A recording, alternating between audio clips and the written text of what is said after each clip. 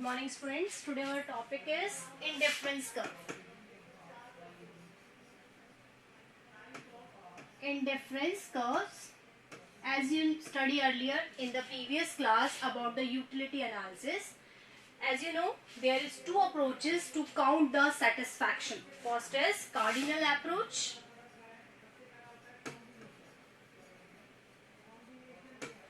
and ordinal approach.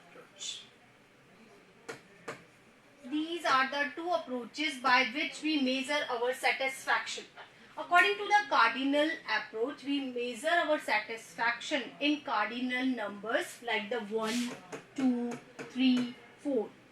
Okay? जैसा कि हमने प्रीवियस चैप्टर में पढ़ा था कि जो कार्डिनल अप्रोच होती है उसमें हम numerically we just count our satisfaction. For example, as we use the unit of commodity, first unit of a commodity, we get the satisfaction of 10 units. On the second, we just get the satisfaction of 8 units. So here your utility will increases, but in diminishing manner. So this is the cardinal approach. But the second approach is just according to the Professor Hicks. He says the satisfaction is not measures in cardinal numbers. क्या कहा उन्होंने कि जो professor martial की जो cardinal approach है उन्हें उसने क्रिटिसाइज किया और कहा कि कभी भी जो सेटिस्फैक्शन है वो न्यूमेरिकली काउंट नहीं किया जा सकता. तो फिर कैसे काम करेंगे हम? That is the ordinal approach presented by professor Hicks. According to professor Hicks, we cannot measure our satisfaction in cardinal numbers.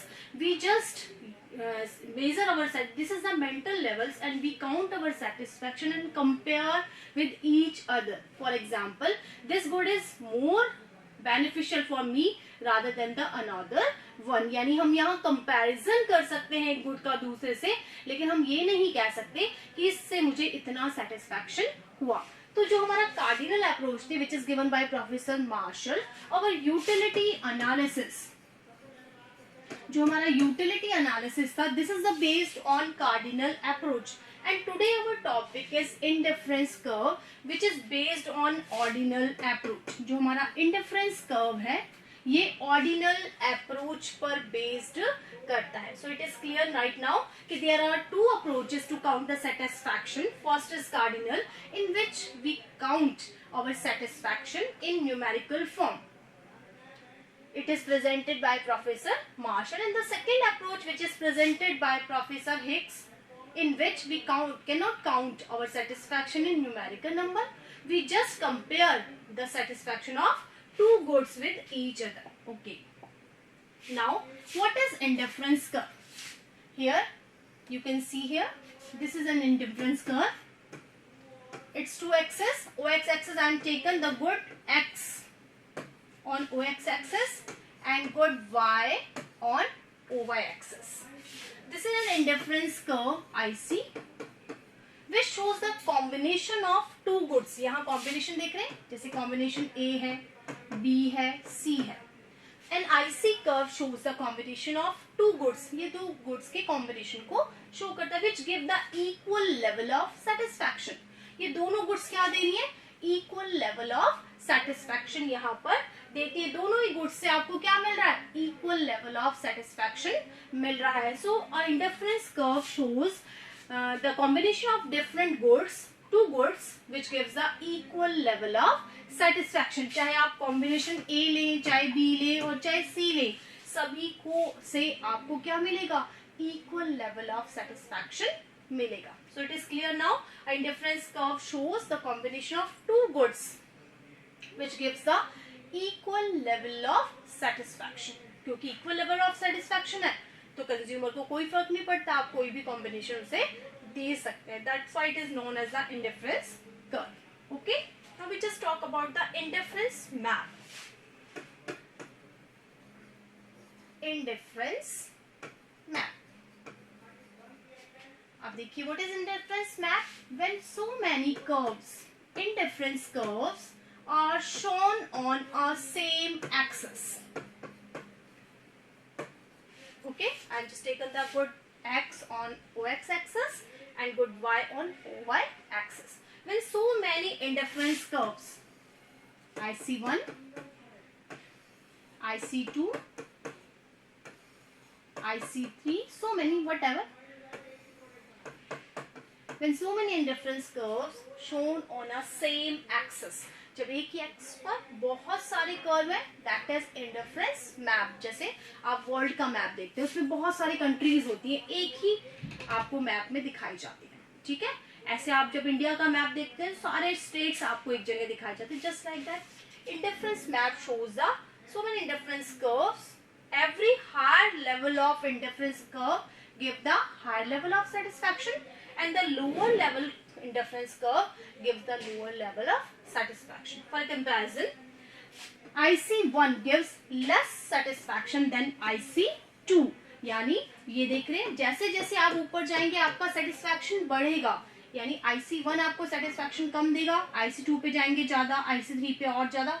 जैसे जैसे आप हायर लेवल पे जाएंगे योर सेटिस्फैक्शन विल इंक्रीजेस. और जब आप नीचे वाले कर्व्स देखते हैं, they gives you less satisfaction. Okay, now what are the characteristics. अब हम बात करें characteristics. The characteristics of ICs. ICs means indifference curves. तो जो ICs है उनकी कैरेक्टरिस्टिक्स क्या है, क्या विशेषता है. जैसे आपने देखा कि अभी जो हम इंडिफरेंस कर्व बनाएंगे, just like that indifference curve shows the combination of two goods. Good Y हमने यहाँ ली, गुड X यहाँ पर ली. Okay, this is your indifference curve which shows the combination of two goods. यहाँ पर आप देख रहे हैं ये कॉम्बिनेशन है, मान लीजिए आपका A.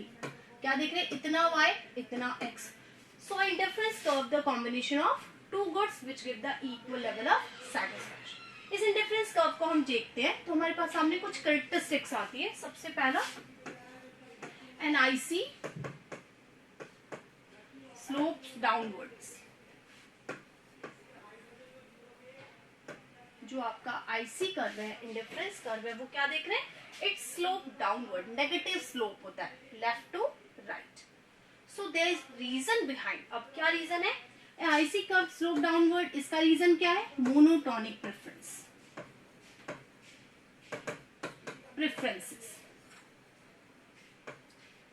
Okay, what is the reason behind the IC curve slope negative or downward? Because of monotonic preference. Now I want to clear here what is monotonic preference.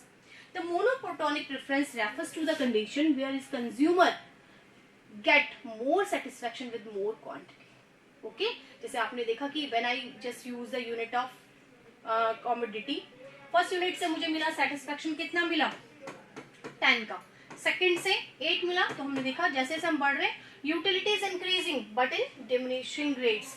So the monotonic preference says as more units gives the consumers more satisfaction. की consumer के पास ज्यादा चीज होती है तो उसे क्या मिलता है, सेटिस्फैक्शन, वो उसको ज्यादा देती है. That's why the IC curve slopes downward. जो आईसी कर्व है वो क्या होता है, स्लोप डाउनवर्ड पाया जाता है. द सेकेंड थिंग इज, जो सेकेंड कैरेक्टरिस्टिक्स है दैट इज एन आईसीज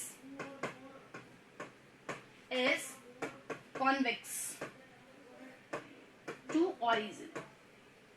जो आईसी कर्व्स होते हैं वो जो ओरिजिन है, ये जो ओरिजिन पॉइंट है, इससे इस तरह के पाए जाते हैं, कॉन्वेक्स पाए जाते हैं. कभी भी वो कॉन्केव नहीं होते. ठीक है.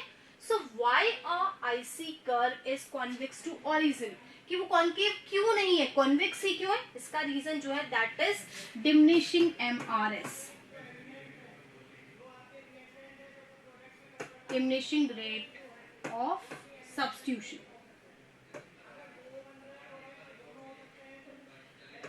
ठीक है. MRS, marginal rate of substitution, कैसी है, वो डिमिनिशिंग पाई जाती है. अब यहाँ ये क्वेश्चन आया कि what is MRS, what is marginal rate of substitution, why it is declining.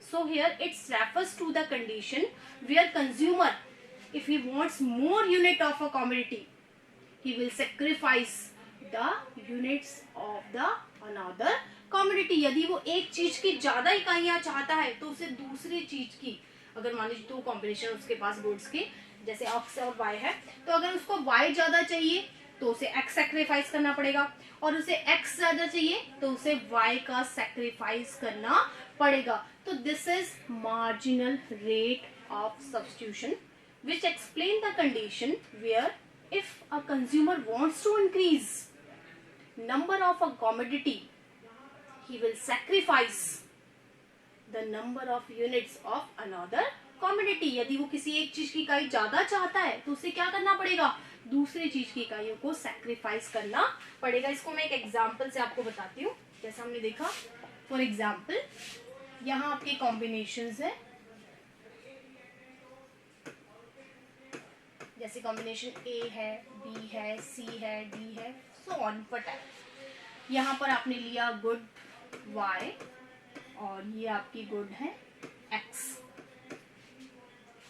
In starting you are just having the 20Y, आपके पास 20Y है और आपके पास X है 1. ठीक है, अब आपके पास Y तो ज्यादा है, X कम है. Now you want to increase the number of X. अब आप x को क्या करना चाहते हैं, इंक्रीज करना चाहते हैं.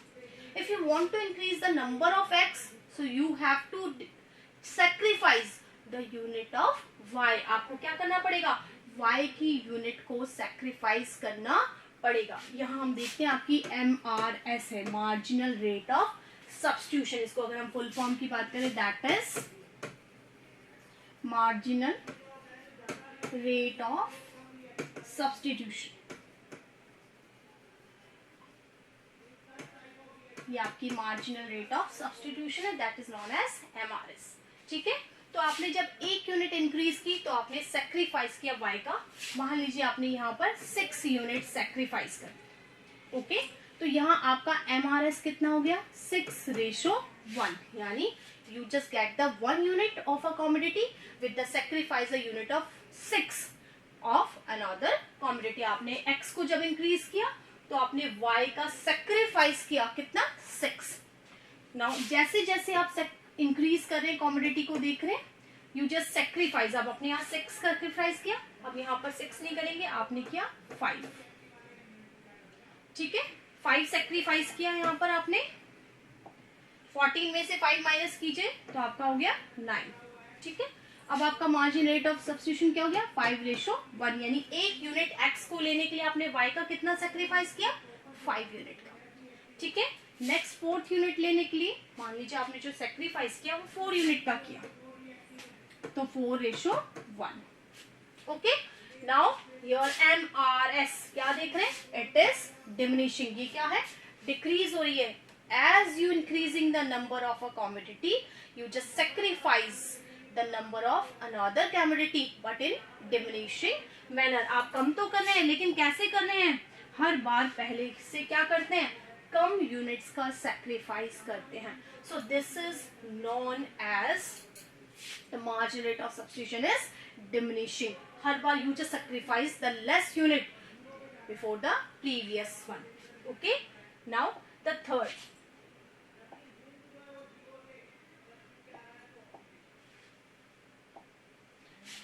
Now the third जो इसकी जो x है, the indifference curve never touch the axis.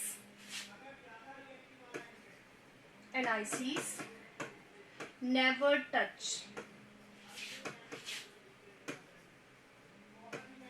the axis. जितने भी ICs हैं वो कभी भी एक्सिस को टच नहीं करते. Never touch the axis. अब इस बात को हम क्लियर करेंगे. देखिए विद द एग्जांपल, आप देखेंगे यहाँ पे I am taken good x here और good y on OY axis and IC curve never touch. इस तरह से IC curve कभी नहीं होगा. यहाँ पॉइंट A पे ये टच कर रहा है y axis को और पॉइंट B पे टच कर रहा है ये x axis को. ये कंडीशन कभी भी नहीं हो सकती. क्यों नहीं हो सकती, according to the definition an IC curve. हम डेफिनेशन के अकॉर्डिंग क्या देखते हैं, an IC curve shows the combination of two goods which give the equal level of satisfaction. If the condition is this, अगर आपकी कंडीशन ये वाली है, so on the A point here the combination of x is 0. A point पे क्या है, x का combination तो है नहीं, ओनली y का ही है. और ऑन B पॉइंट y का combination 0, x is increasing.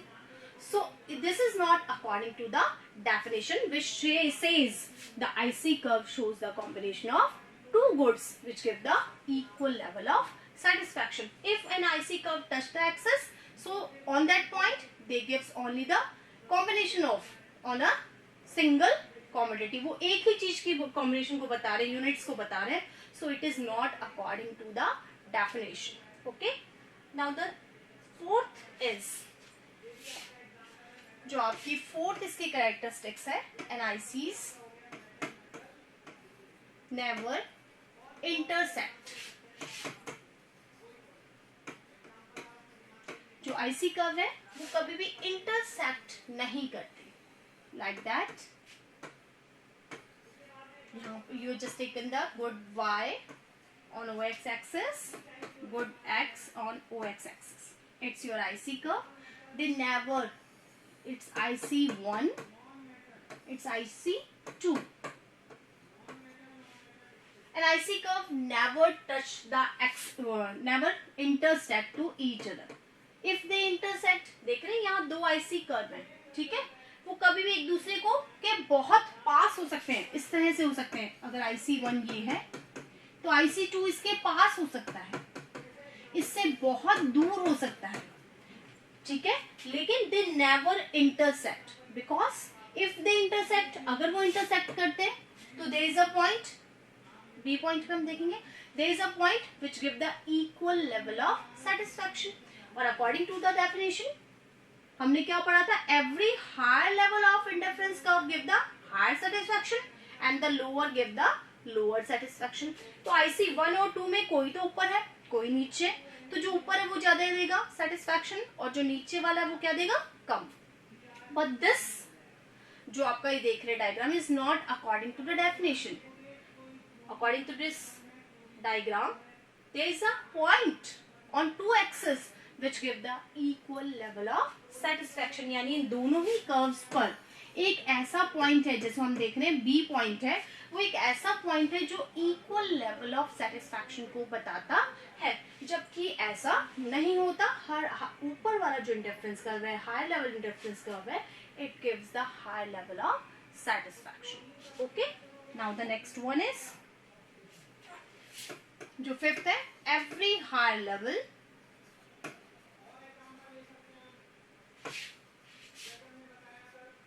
ICs give higher satisfaction.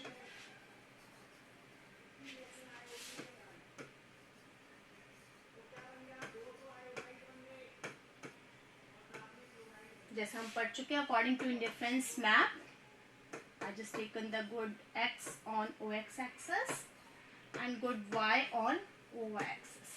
It's your IC curve first, it's your IC curve second, it's your IC curve 3.